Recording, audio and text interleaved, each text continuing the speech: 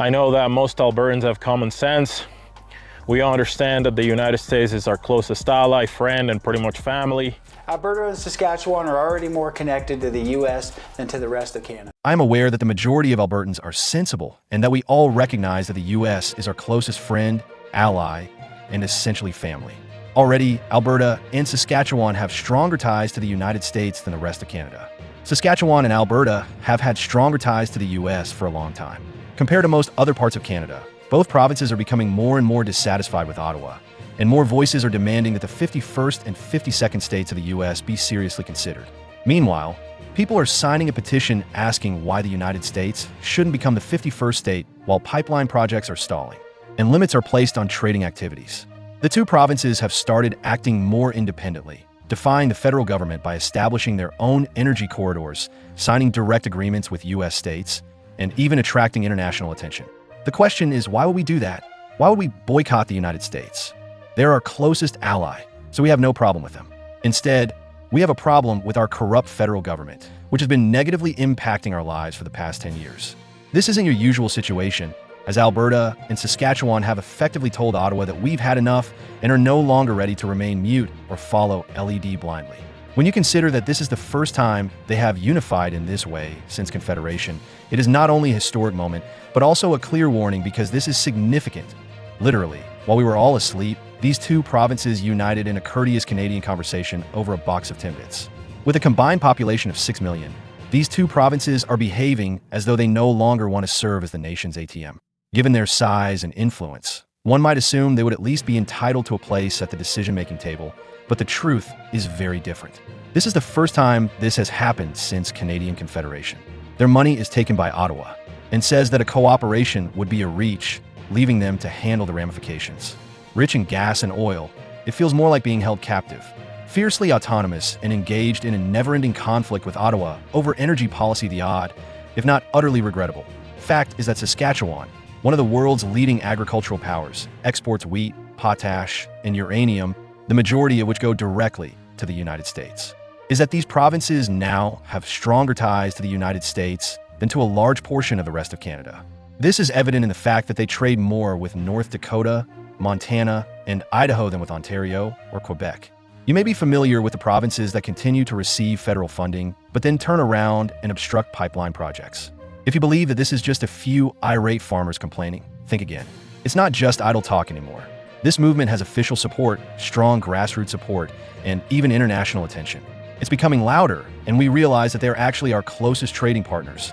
We trade more with Montana, Idaho, and Texas than with Ontario, Quebec, and Manitoba.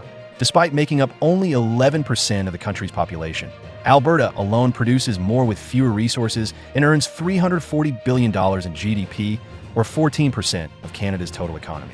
In return, they are treated like misbehaving children at a reform school, with more taxes, more barriers, and more lectures from Ottawa, the political equivalent of nagging teenagers for not cleaning their rooms.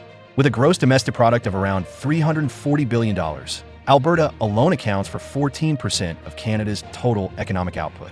And what about oil? Well, Alberta produces 4.2 million barrels per day, or approximately 1.5 billion barrels annually.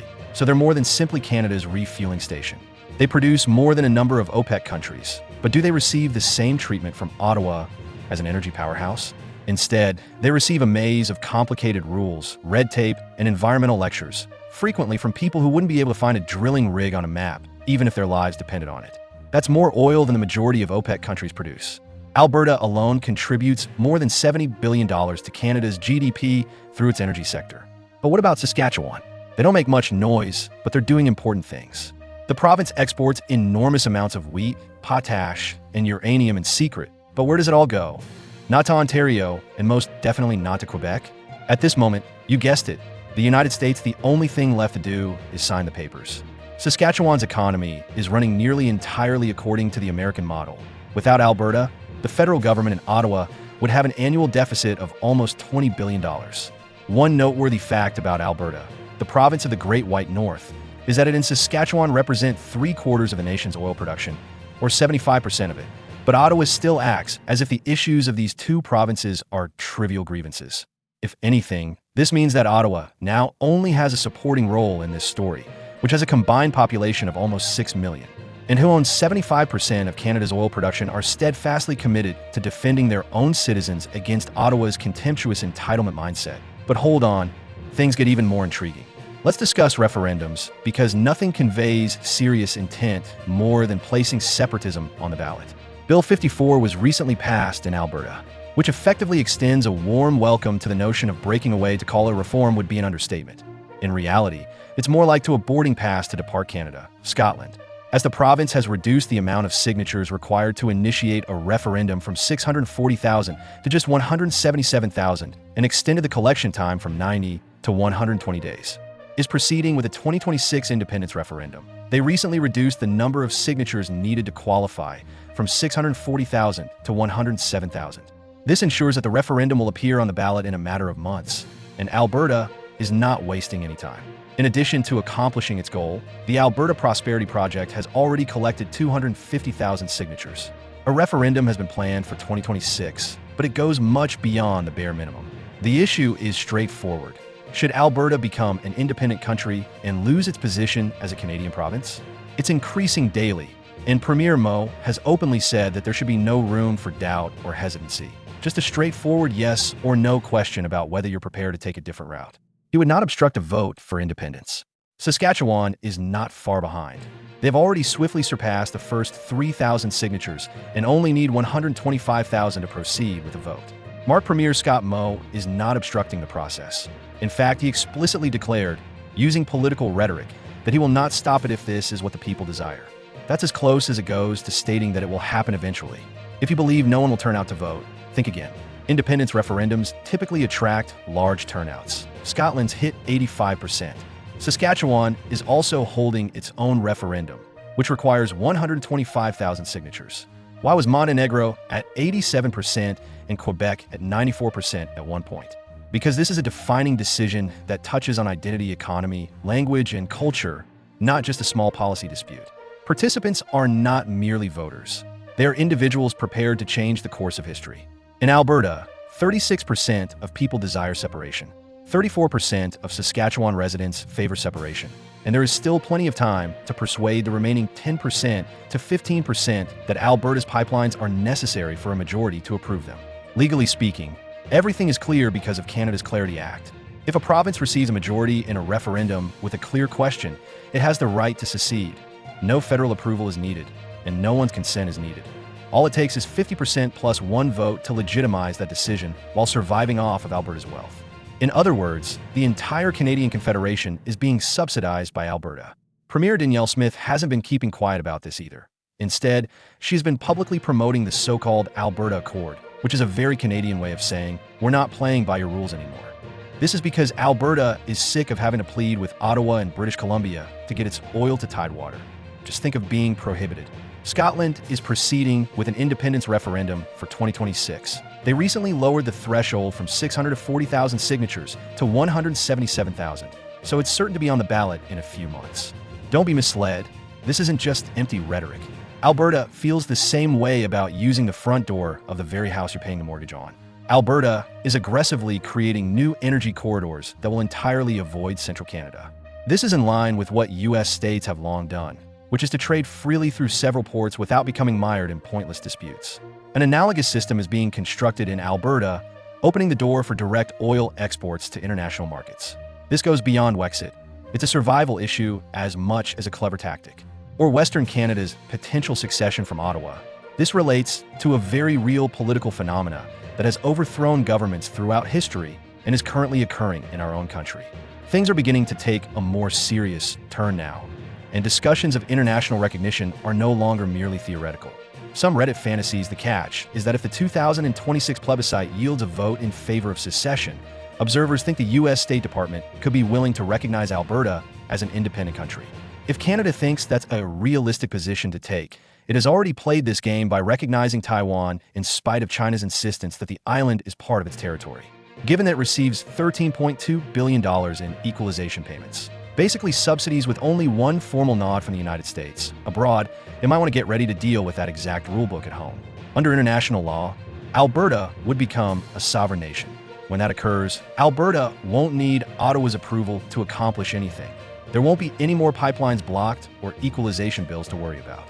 Instead, it will be a fully autonomous nation with a voice on the international scene, not just a lone protester waving a flag in the woods. There's just one thing left to do: stop begging to be heard. The autonomy to determine its own course. Picture yourself as a farmer in Saskatchewan, working diligently to grow wheat that feeds the entire nation, and a man sitting in a glass tower in the middle of a city lectures you about the emissions from the tractor you're driving. Ottawa killed the Keystone XL pipeline, one of Alberta's biggest economic lifelines. The media continues to pretend that this is all just a few irate Facebook groups in someone's basement. But the truth is that 65% of voters for the UCP prefer the UCP, which is why the very people who have long been the backbone of Canada's food and energy supply are now the first to speak out about carbon taxes and environmental regulations that are crushing farmers and oil producers. The majority of voters in Alberta are supporting a provincial government, and polling data shows that they're clearly saying, yes, we're ready to stand up and change the game. This is not a joke. Rather, it is a real political roar, not a few protesters yelling slogans on the side of the road. The UCP is the majority party in Alberta, with 65% of voters siding with the Conservative Party. The so-called nationwide boycott of the United States has been making the rounds in Canada, and it is true that people are canceling vacations, shunning American-made goods, and refusing to fly with U.S. airlines. 65% of the dominant parties support separation, all to stand up for pride politics or whatever cause they are passionate about. And then Alberta, the one province that hardly batted an eye, saw a 2.6% decline in tourism from Alberta to the U.S. While Ontario witnessed a 22% decline and Quebec saw a 27% decline, Albertans were busy voicing their indignation and simply answered, "It's fine, we're carrying on." While Alberta discreetly made travel arrangements and carried on with business, the boycott hasn't had a major effect on Albertans. In comparison to Ontario and Quebec, the province's decline has only been 2.6%, which is an impressive figure when compared to other provinces. Let's now examine the larger picture. It no longer appears to be a question of whether Ottawa stands to lose almost $20 billion annually if Alberta and Saskatchewan actually carry out this plan. This isn't just a small budget deficit. The federal government's finances might move from being a mess to a complete catastrophe, since it is a direct hit to the federal coffers that has the potential to rock the entire economy overnight. Don't assume that the rest of Canada will accept this quietly. Federal equalization payments use funds from Alberta and Saskatchewan to support provinces like Quebec and the Maritimes, which, incidentally, don't contribute nearly as much to the economy. That enormous pot of money may go, and Quebec, which toys with the possibility of independence every few years, might say now it's our turn because without the West, Canada would be weaker, older, and more divided than ever before. If Alberta stops contributing, Ottawa would essentially become a broke landlord, and the tenants will consider leaving the country.